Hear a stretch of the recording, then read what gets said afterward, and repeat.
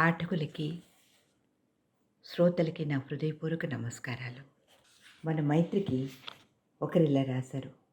అమ్మ, నేను మైత్రి తప్పకుండా చదువుతుంటాను. కానీ నాకు చిన్న సందేహం. మీరు చాలామంది అమ్మాయిల తల్లులు, భార్యలు, వాళ్ళ ఆడవాళ్ళ కష్టాలు, అందులో కొన్ని సినిమా కష్టాలు ఇలా అంటున్నాను తిట్టుకోకండి, రాస్తూ ఉంటారు.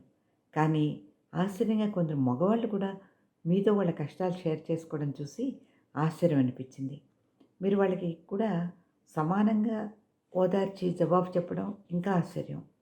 మీరు మగవాళ్ళ బాధలను కూడా ఇంత బాగా ఎలా అర్థం చేసుకుంటున్నాను madam.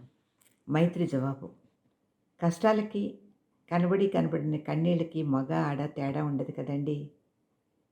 Think like a man and behave like a woman, then you will understand both sides of the coin అని చెప్పేవారు మా గురువు గారు జీకే గారు. ఆ గైడెన్స్ నాకు జీవితంలో చాలా విధాలు ఉపయోగించింది. అందరిది పిడికిడి గుండె, ఎటొచ్చి పెరిగే వాతావరణం, పరిస్థితులు, వీళ్ళు ఉండే సొసైటీ రూల్స్ వల్ల మగవాళ్ళు ఇలాగే ప్రవర్తించాలి, ఇలాగే ఉండాలి కాబోలు అన్న మాయలో పడి పర్సనాలిటీలు డెవలప్ అవుతాయి. నేను మగవాడిని కాబట్టి ఇలాగే ఉండగలను అని, నేను ఆడదాన్ని కాబట్టి ఇలా ఉండాలి అని సంఘం చూపించే బొమ్మలోకి ఇమిడిపోదామని చాలామంది ప్రయత్నం చేస్తారు.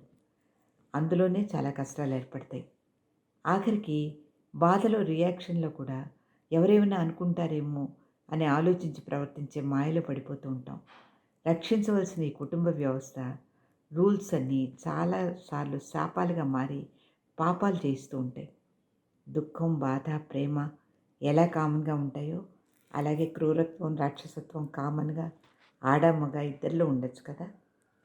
జవాబులు ఇచ్చేటప్పుడు జడ్జిమెంటల్గా ఉండకూడదు కదా, అంతే. మీ సమస్యలు, ప్రశ్నలు reachjijji@gmail.com ఈమెయిల్ ఐడికి మెయిల్ చేయండి.